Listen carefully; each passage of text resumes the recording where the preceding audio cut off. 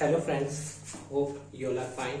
Today we are going to start our chapter number 1 of class 12 economics and the name of chapter is circular flow of income.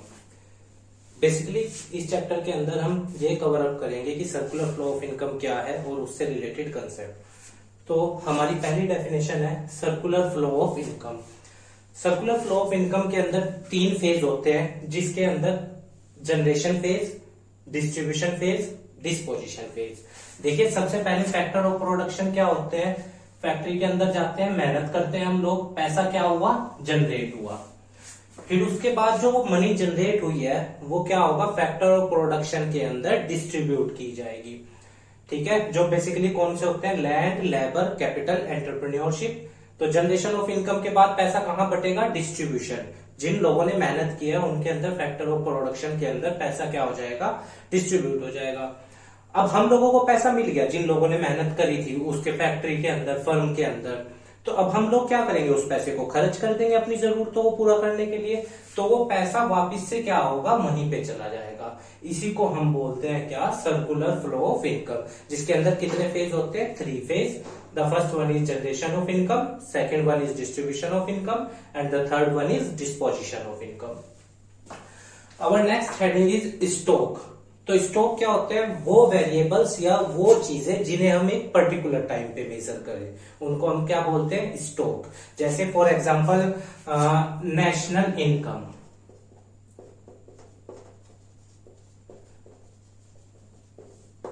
ठीक है, ये हमारा क्या concept है। अच्छा एक बार पहले आप ये भी देख लो, national wealth are those variable which are measured over a period of time. Flow किसको बोलते हैं, वो वेरिएबल जिन्हें हम टाइम टू टाइम मेजर कर सकते हैं, बार बार मेजर कर सकते हैं। जैसे नेशनल वेल्थ, देश की संपत्ति क्या है, स्टॉक कंसेप्ट है, ये आप याद रखना। नेशनल इनकम, देश की कमाई बढ़ती घटती रहती है, दैट इज फ्लो कंसेप्ट। जो चीज चेंज होती रहे वक्त के हिसाब से वो फ्लो है। जो चीज स्थिर रहे, जल्दी चेंज ना हो, वो क्या है, हमारी स्टॉक है। इसका एक एग्जांपल और देख लीजिए, जैसे number of birth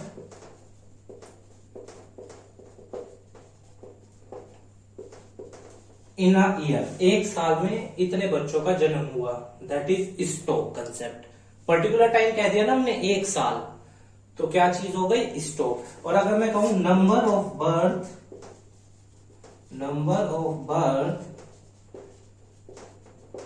during a year, एक साल के दौरान, तो फिर ये चीज क्या बन जाएगी, फ्लो कंसेप्ट। क्योंकि यहां मैंने over a period of time की बात कर दी है, और यहां पे किस चीज की बात की है मैंने, इस वाले एग्जांपल में पर्टिकुलर पॉइंट ऑफ टाइम की। नेशनल इनकम हमारा एग्जांपल किसका है, फ्लो का, और नेशनल वेल्थ, देश की संपत्ति, that is stock concept. You have to remember this thing.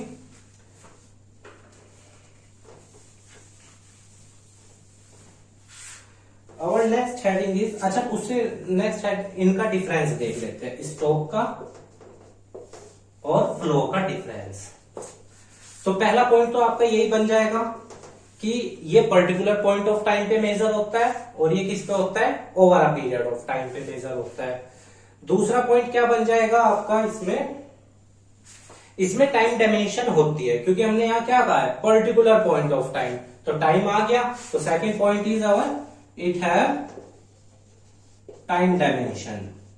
ठीक है, इसमें टाइम डायमेंशन होती है स्टॉक वाले में, और इसमें क्या है, over a period of time है, तो it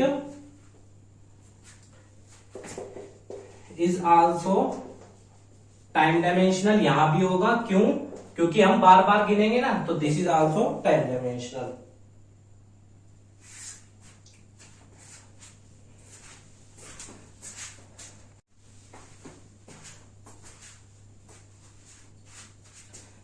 third point is, stock क्या है, एक पर्टिकुलर पॉइंट ऑफ टाइम पे चीज को मेजर किया जा रहा है। तो थर्ड चीज क्या है हमारी, कि स्टॉक क्या है, एक स्टैटिक कंसेप्ट है। स्टैटिक कंसेप्ट क्यों है, क्योंकि देखो मैंने यहाँ पे किसकी बात की है, एक पर्टिकुलर पॉइंट ऑफ टाइम की। जब भी चीज को किसी एक पर्टिकुलर पॉइंट ऑफ टाइम पे मेजर किया जा रहा है तो इसका मतलब वो स्थिर है, वो चेंज नहीं हो रही है। तो इसलिए stock is a static concept. Flow is a dynamic concept. Dynamic concept क्यों है? क्योंकि हम चीज को क्या हो रहे हैं, वेरिएबल को क्या कर रहे हैं, over a period of time पे मेजर कर रहे हैं। और जब भी हम चीज को over a period of time पे मेजर करेंगे तो वो यानी क्या होगी, चेंज होती रहेगी। तो वो क्या होगा, डायनेमिक फंक्शन। स्टॉक में अगला हमारा पॉइंट जो होगा वो, इसका हम एग्जांपल लिख सकते हैं एक, कि जैसे कह सकते हैं आप स्टॉक में नेशनल वेल्थ, देश की संपत्ति क्या है, हमारा स्टॉक कंसेप्ट है। और इधर अगर आपने एग्जांपल लिखना है तो फिर क्या आ जाएगा हमारा नेशनल इनकम। या और भी एग्जांपल लिख सकते हैं कि sale by a firm during a year, एक साल के दौरान, that is flow. Sale by a firm in a year, एक साल में, दैट इज स्टॉक। तो stock are those variable which are measured at a particular point of time and flow are those variable which are measured over a period of time. So you have to remember here that in a flow it is a dynamic concept and stock is a static concept. It also have a time dimensional as things are measured over a period of time, and stock also have a time dimensional as things are measured at a particular point of time. So if we see the difference between these through these points, it will clear us the difference between stock and flow concept. So let us continue our further topic, which is two sector economy. पहले मैं आपको दो sector का model बना के दिखाऊंगा, उसके बाद रियल फ्लो और मनी फ्लो समझाऊंगा। पहले आप दो सेक्टर का मॉडल देख लीजिए। तो ये है मान लो हाउस होल्ड, यानी हम लोग, और ये क्या है, फर्म। फैक्ट्री समझ लो एग्जांपल के तौर पे। हम लोग हाउस होल्ड फर्म को क्या देते हैं, फैक्टर ऑफ प्रोडक्शन।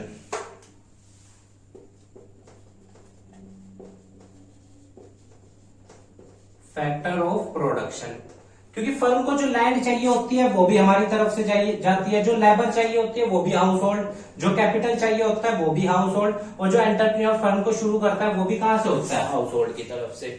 तो आप लोग याद रखना, हाउस होल्ड की तरफ से जाते हैं किसको, फैक्टर ऑफ प्रोडक्शन, किसकी तरफ, फर्म की तरफ। अब ये लोग उधर गए तो उन्होंने काम किया होगा और कुछ बनाया होगा, तो गुड्स और सर्विसेज फैक्ट्री से किसकी तरफ आती है, हमारी तरफ। तो याद रखना गुड्स और सर्विसेज किधर आ गई, हमारी तरफ। ठीक है भाई, ये लोग उधर गए, फैक्टर ऑफ प्रोडक्शन उधर गए, उधर से सामान बन के हमारी तरफ आ गया। अब ये लोग उधर गए हैं भाई, जिसने लैंड दी अपनी वो रेंट लेगा, बिल्कुल लेगा। जिसने लेबर दी वो वेजेस लेगा, जिसने कैपिटल दी वो इंटरेस्ट लेगा, और एंटरप्रेन्योर क्या लेगा, प्रॉफिट। तो वो चीज फर्म से इधर आती है, याद रखना। इसको हम क्या बोलते हैं, फैक्टर पेमेंट।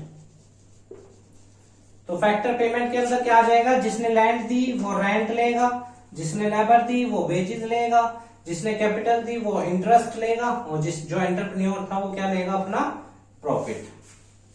चलिए जी, फैक्टर ऑफ प्रोडक्शन उधर गए, उधर से फर्म की तरफ से इनके बदले क्या आ गया, पैसा आ गया।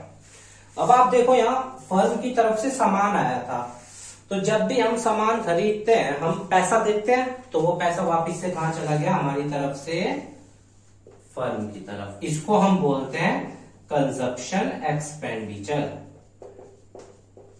सीधा सा कंसेप्ट है, हम लोग उधर गए, फैक्टर ऑफ प्रोडक्शन उधर गए, उधर से पैसा आ गया भाई, जो लैंड लेबर कैपिटल था उन्हें उनका पैसा दे दिया, उधर से सामान आया, और इधर से क्या गया, सामान के बदले उधर पैसा गया। तो ये हमारा सर्कुलर फ्लो ऑफ इनकम है, two sector model, circular flow of income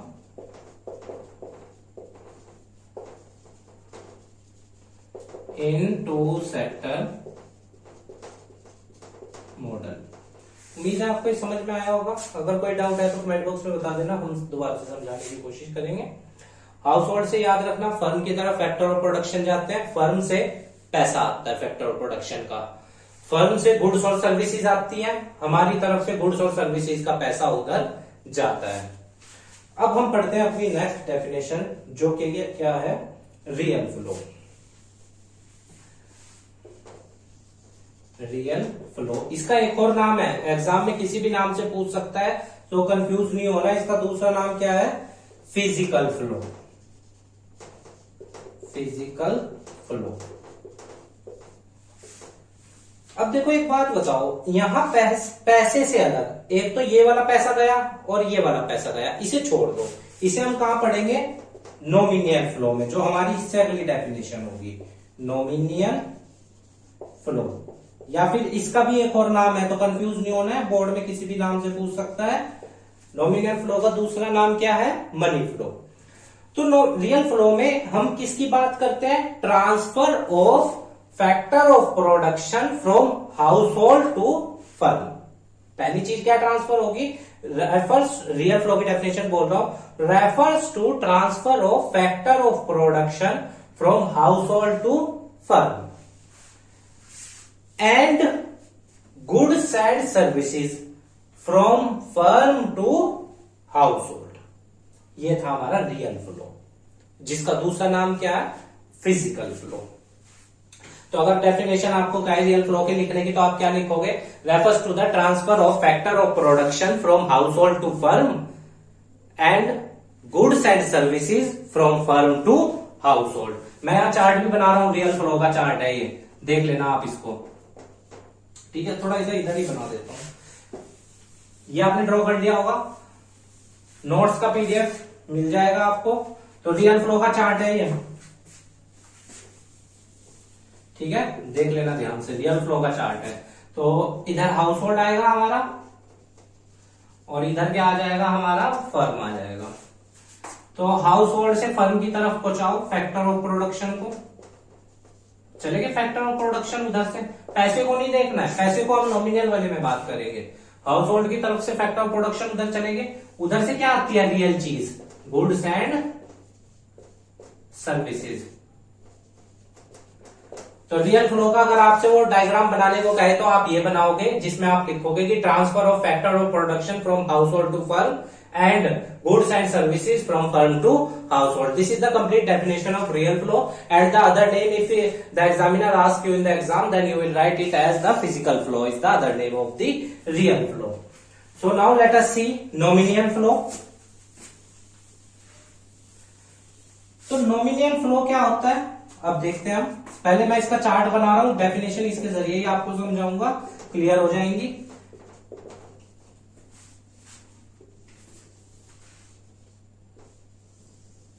nominal flow का दूसरा नाम क्या है, मनी फ्लो। अब हम इसमें किसकी बात करेंगे, पैसे की। तो उधर से कौन सा पैसा हमारी तरफ आता है, हाउस होल्ड की तरफ, फैक्टर पेमेंट। फैक्टर पेमेंट कैसे, जिन लोगों ने फैक्टर ऑफ प्रोडक्शन दिए थे उनकी तरफ, उनके लिए पैसा आएगा ना उधर से। भाई जिसने लैंड दी थी वो रेंट ले लेगा अपना, जिसने लेबर दी थी वो वेजेस लेगा, जिसने कैपिटल दिया था वो इंटरेस्ट लेगा, और जो एंटरप्रेन्योर है वो अपना प्रॉफिट लेगा। तो फर्म से ये वाला पेमेंट इधर आ गया। अब दूसरा, हमारी तरफ से कौन सा पैसा फर्म की तरफ जाता है, जो हम सामान खरीदते हैं, जो मैंने पहले भी बताया आपको। तो कंजप्शन एक्सपेंडिचर हमारी ओर से जाएगा, ठीक है। तो डेफिनेशन अगर बनने को कहेंगे तो क्या बनेगी definition, nominal flow refers to transfer of factor payment from firm to household and transfer of consumption expenditure from household to firm. So this is the complete definition of real or nominal flow, and the other name of nominal flow is money flow. So you have to remember this. Generally this question is asked in the previous board exam, so you may check from there. I hope you understood the definition of real flow, transfer of goods and services from firm to households की तरफ से, और household to firm, factor of production. Nominal flow, if it asks to you in the exam, then you will write household or transfer of factor of payment from firm to household and consumption expenditure from household to firm. उम्मीद है आपको ये दोनों concept clear हो गए होंगे। अब आगे बढ़ते हैं। सर्कुलर फ्लो ऑफ इनकम का चार्ट मैंने बना ही दिया, मैं दोबारा से बना रहा हूं ताकि चीजें आपको और क्लियर हो जाए। देख लेना अच्छे से, और देखिए जो भी आपको वीडियो में कमी लगती है, क्योंकि पहली बार कोशिश कर रहे हैं, जरूर बताइएगा ताकि हम इम्प्रूवमेंट कर सकें और आने वाली वीडियोस में आपको और अच्छे से समझ में आए चीजों को। तो अगर हम 2 सेक्टर मॉडल की बात करें तो let us see, this is household, क्योंकि अगला कंसेप्ट वही है, circular flow of income with 2 sector model without financial market. तो आपके सिलेबस में यही है, तो मैं बना रहा हूं, देख लेना।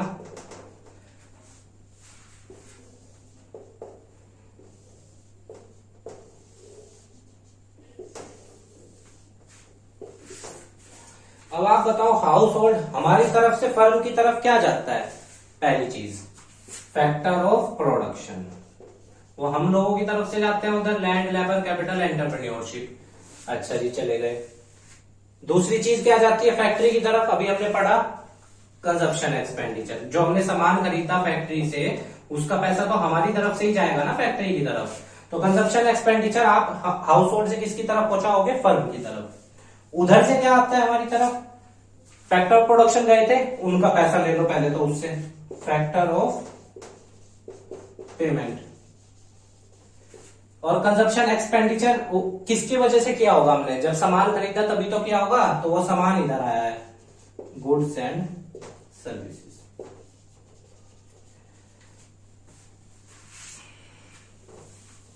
तो उम्मीद है आपको ये समझ में आ गया होगा, हाउस होल्ड वाला कंसेप्ट, 2 सेक्टर मॉडल, ठीक है।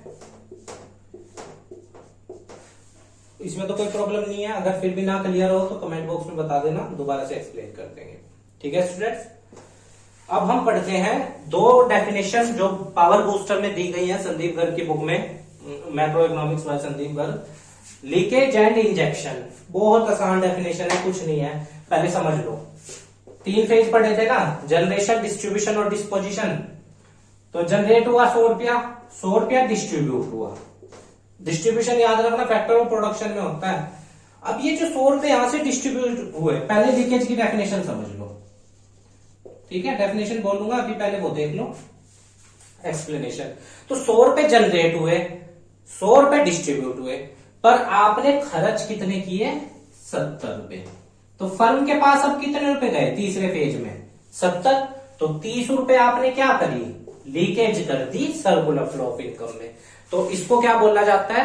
Refers to withdrawal of money. अगर हम इसकी डेफिनेशन लिखें तो क्या लिखोगे आप? Refers to withdrawal of money from circular flow of income. कि 100 रुपए जनरेट हुए, 100 रुपए फैक्टर ऑफ प्रोडक्शन के बीच में बटे, पर खर्च कितने किए फैक्टर ऑफ प्रोडक्शन ने? सिर्फ 70। 30 रुपए की क्या कर दी? लीकेज। तो इसी को हम बोलते हैं लीकेज। उम्मीद है आपको ये भी समझ में आया होगा। डेफिनेशन आप लिख सकते हैं कि withdrawal of money from circular flow of income is known as leakage. So you may write this definition. Now let us see further injection. Our last heading is injection for today।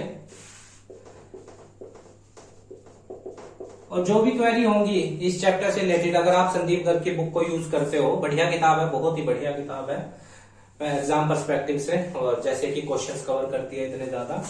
तो अगर आप उसके questions करेंगे तो किसी question में अगर problem आए तो कमेंट बॉक्स में बता देना, मैं उसको एक्सप्लेन कर दूंगा। नेक्स्ट वीडियो में इसके क्वेश्चंस ही करेंगे हम। अब देखते हैं इंजेक्शन क्या होता है। 100 रुपए जनरेट हुए, डेफिनेशन अभी लिखूंगा, पहले समझ लो। 100 रुपए जनरेट हुए, 100 रुपए डिस्ट्रीब्यूट हो गए, चलो, पर खर्च कितने किए इसने? 120। अब यहां कितने जाएंगे फर्म के पास? 120। तो आपने 20 रुपए इसमें क्या करे? ऐड करे ना, तो इसको बोलते हैं injection. Injection refers to addition of amount और money in the circular flow of income, उसको हम क्या बोलते हैं? इंजेक्शन। और लीकेज में यहां विड्रॉ कर लेते हैं, -20 कर देते हैं, तो 80 जाता सिर्फ आगे, और इंजेक्शन में हमने ऐड किया तो 120 गया और 20 गया आगे। उम्मीद है आपको इंजेक्शन भी समझ में आ गया होगा। तो गाइस ये कुछ क्वेश्चंस हैं बुक में, आप देख लेना, इनको कर लेना, बहुत ही अच्छे क्वेश्चंस दे रखे हैं, कोई प्रॉब्लम नहीं है। जो ना समझ में आए, अगर किसी एमसीक्यू में या किसी चीज में प्रॉब्लम हो तो फिर आप मेरे से पूछ लेना। तो स्टूडेंट्स, उम्मीद है आपको चैप्टर समझ में आया होगा। हमारे काम को सपोर्ट करने के लिए वीडियो को लाइक कीजिएगा, अपने दोस्तों के साथ शेयर कीजिएगा और हमारे चैनल को भी सब्सक्राइब कर दीजिएगा। और देखिए, फर्स्ट टाइम कोशिश करी है तो जो भी वीडियो की कमी है हमें जरूर बताइएगा, ताकि मैं इम्प्रूवमेंट करूं और आपको आने वाली वीडियोस में वो प्रॉब्लम ना फेस करनी पड़े। और अगर समझाने के तरीके में कोई चेंजेस लाना चाहते हो या कोई भी सजेशन, चाहे नेगेटिव है पॉजिटिव है, आप बताएंगे तो हमें बहुत अच्छा लगेगा। हम उसको इम्प्रूव करने की कोशिश करेंगे, अगर वो मतलब इम्प्रूवमेंट से रिलेटेड हुआ तो ठीक है स्टूडेंट्स, धन्यवाद। स्वस्थ रहिए आप और आप आगे बढ़िए लाइफ में, यही हमारी मनोकामना है। धन्यवाद।